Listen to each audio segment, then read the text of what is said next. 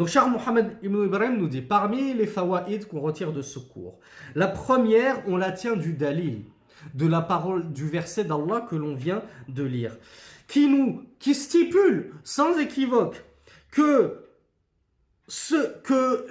n'a pas de foi, c'est-à-dire complète, totale, celui qui va avoir de l'affection pour les ennemis d'Allah et de son messager. Al-Murad, ce qui signifie que ceci est un péché, nous dit Cheikh Mohammed Ibn Ibrahim. Quel est le péché? Le fait d'aimer un kafir. Aimer un kafir, c'est un péché. On le tient du verset. Pourquoi? Parce que Allah a nié la foi à celui qui aime les kuffars. Il a dit, tu ne trouveras pas de gens qui croient en Allah et au jour dernier, c'est-à-dire de gens qui ont la foi et qui vont avoir de l'affection pour les ennemis d'Allah et de son messager. Mohammed Ibn Ibrahim maintenant nous donne une autre faïda. Ce péché, c'est un péché mineur ou bien un péché majeur? Eh bien, Mohammed Ibn Ibrahim nous dit que Cheikh l'Islam nous a fait l'explication magistrale d'une règle qui est que, alors je vais vous la lire directement. قال شيخ الإسلام نفي الإيمان والجنة أو كونه من المؤمنين لا يكون إلا عن كبير. Ça on le trouve dans Majmou' al-Fatawa. Cheikh l'Islam Ibn Taymiyyah nous dit que lorsqu'Allah nie la foi, il dit celui qui fait ça il n'a pas de foi, ou bien il nie le paradis, il dit celui qui fait ça ne sentira pas l'odeur du paradis, que ce soit Allah ou son messager qui nie ces choses-là, ou bien qu'il nie, nous dit-il, le fait qu'il fasse partie des croyants. Allah ou son messager dit celui qui fait ceci ne fait pas partie des croyants, celui qui fait ceci ne fait pas partie de moi. Je vous donne un exemple, le messager d'Allah dit Man rashana falaysa minna. Celui qui nous trompe, celui qui triche, par exemple tu vas au marché, le frère c'est un musulman, mais il va tricher dans la balance. Rasulullah dit celui qui nous trompe, qui triche avec nous, ne fait pas partie de nous, ne fait pas partie de moi, c'est-à-dire il ne fait pas partie des musulmans. Lorsque Allah, son messager, nie le fait que celui qui fait ceci fait partie des musulmans, ou bien celui qui fait ceci ne sentira pas l'odeur du paradis, n'entrera pas au paradis, ou bien celui qui fait cela n'a pas la foi, Cheikh l'Islam nous dit cela ne peut signifier que, cela ne peut être attribué qu'à un péché majeur. Tu ne peux pas dire celui qui a fait ceci, il a commis un péché mineur. Non, Allah te dit que tu ne sentiras pas le paradis. Rasulullah te dit que tu ne fais pas partie des croyants. Allah dit que tu n'as pas la foi si tu fais ça. Comment ensuite tu peux dire ah ben ce péché il n'est pas trop grave, c'est un péché mineur? Non, c'est une règle, Akhi, tu dois la connaître. Si ce péché il en découle une telle conséquence qu'Allah t'a nié la foi, ou t'a nié l'entrée au paradis, ou t'a nié le fait que tu fasses partie des croyants, ça veut dire que tu es tombé dans un péché majeur. Eh bien tel est le cas, Akhi. Allah a nié la foi à celui qui va nourrir de l'affection au kuffar. Donc ça veut dire que c'est un péché majeur, c'est une kabira. Et on l'a suffisamment répété, la kabira elle est tellement énorme que tu pourras prier toute la nuit pendant 100 ans, ça n'excusera jamais. Tu pourras jeûner tous les jours sans interruption pendant 100 ans, ça n'effacera jamais ton péché. Tu pourras faire 10 hajj, 10 umrah, ça n'effacera pas ton péché. La seule expiation d'un péché majeur, c'est at-tawbah. Tu dois t'en repentir. Tu dois revenir sur ce péché. Tu dois demander pardon sincèrement à Allah. Tu dois regretter amèrement d'avoir commis ce péché et tu dois avoir la ferme résolution de ne pas retourner ultérieurement à ce péché.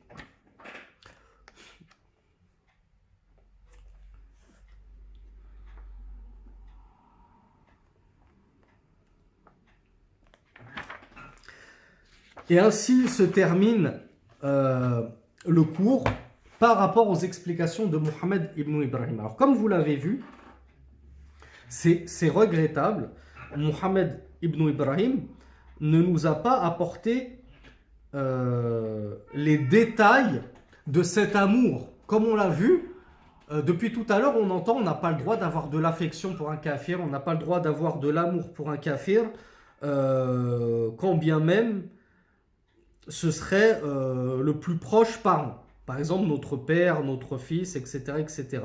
Alors, on vous a expliqué qu'il y a deux types d'amour. Il y a al-hubb al-shar'i wa al-hubb al-fitri al-tabi'i. Il y a l'amour religieux, shar'i, et c'est celui-là qui est concerné par tout le cours que nous venons de donner. Et cet amour-là, on ne peut le vouer qu'aux musulmans et aux croyants, et on ne peut pas le vouer aux infidèles et aux incroyants.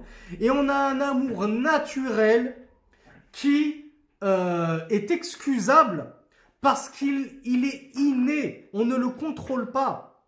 Les sentiments, les émotions, on ne les contrôle pas forcément. Mais on peut effectivement les nourrir et les alimenter. Alors, aimer ses parents, on ne peut pas le nourrir et l'alimenter parce qu'on a grandi avec eux.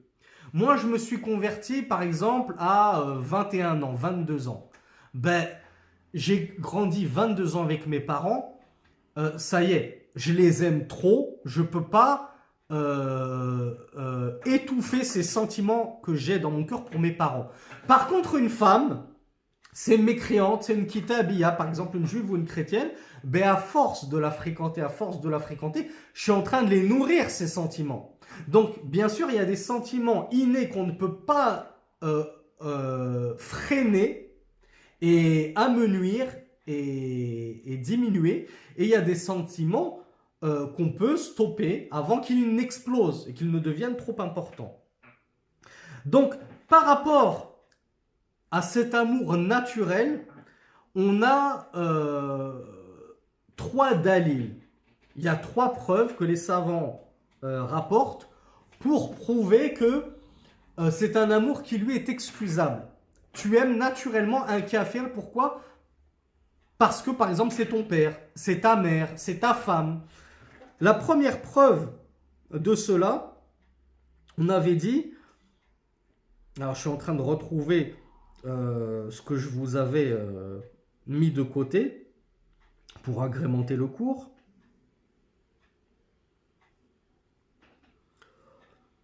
La première preuve de cela, bon je vais les dire de tête parce que je ne les retrouve pas trop. La première preuve de cela, c'est l'épouse. Allah Azza wa Jal nous a permis d'épouser Al-Kitabiyya. Al-Kitabiyya, c'est quoi? C'est une femme issue des gens du livre, c'est-à-dire une juive ou une chrétienne. Donc, on le répète, un musulman n'a pas le droit d'épouser autre que l'une de ces 3 femmes. Une musulmane, une juive ou une chrétienne. Tu ne peux pas épouser une laïque, tu ne peux pas épouser une athée, tu ne peux pas épouser une bouddhiste, tu ne peux pas épouser une hindouiste, tu ne peux pas épouser autre que cela parmi les religions qui ne me viendraient pas actuellement à l'esprit. Mais si Allah nous a permis d'épouser une kitabiyya, sachant que quand tu te maries avec une femme, forcément, tu vas avoir des sentiments pour elle. Si déjà tu n'as pas des sentiments en amont qui vont te pousser à épouser cette femme, avec la cohabitation, tu vas finir par nourrir des sentiments pour elle. Elle va finir par être la mère de tes enfants. Donc tu vas l'aimer comme une femme, tu vas l'aimer parce que c'est la mère de tes enfants, etc., etc. Donc cet amour est naturel. Et si cet amour naturel était interdit, Allah Azza wa Jal aurait coupé le mal à la racine et il aurait dit voilà, vous n'avez pas le droit d'épouser les femmes des gens du livre. Pourquoi? Parce que ça va vous amener à concevoir de l'amour pour elles et ceci est interdit. Donc on a vu que non, cet amour naturel pour ta femme, il peut être, quand bien même elle serait kafira mécréante, il est légitime et ce n'est pas ce type d'amour qui est réprouvable. Mais ta femme qui t'habilla, cette femme mécréante que tu as épousée, tu dois savoir faire la part des choses. Tu ne peux pas uniquement l'aimer. Tu dois aussi la détester. Tu dois détester le koufr qui est en elle, la mécréance qui est en elle. Tu dois l'aimer d'une part et tu dois la détester d'autre part. Tu dois savoir joindre les deux. Pourquoi? Parce que cette femme, après tout, elle mécroit en ton Dieu et elle mécroit en ton prophète. Jour après jour, elle te voit prier et elle refuse d'attester qu'Allah est la seule divinité qui mérite l'adoration et que Mohammed est son envoyé. Et elle refuse d'ajouter foi en la foi. Donc tu ne peux pas aimer de manière absolue cette femme. Tu dois concevoir de l'animosité pour ce koufr qu'elle a en elle. Ça, c'est une chose très importante.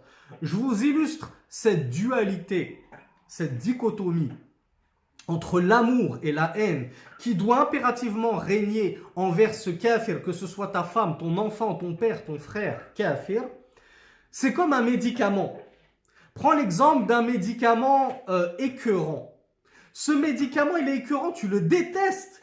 Tu détestes le boire 3 fois par jour. La piqûre, tu détestes qu'on te fasse des piqûres. Tu détestes qu'on te fasse une dialyse à l'hôpital. Ça fait mal.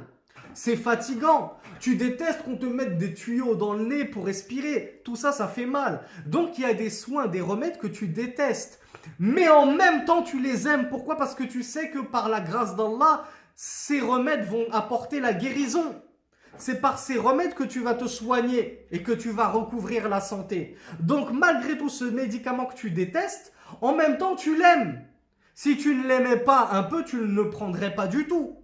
Donc, si tu prends ce médicament, si tu vas à l'hôpital pour te faire une dialyse, si tu te fais couper le bras parce que c'est en train de se gangréner et que tu risques la mort si on n'arrête pas tout de suite, eh bien, forcément, tu sais que c'est une bonne chose pour toi. Donc, il peut subsister une part de haine et une part d'amour dans un même produit, une même chose, un même soin, un même remède. C'est la même chose pour les kuffars.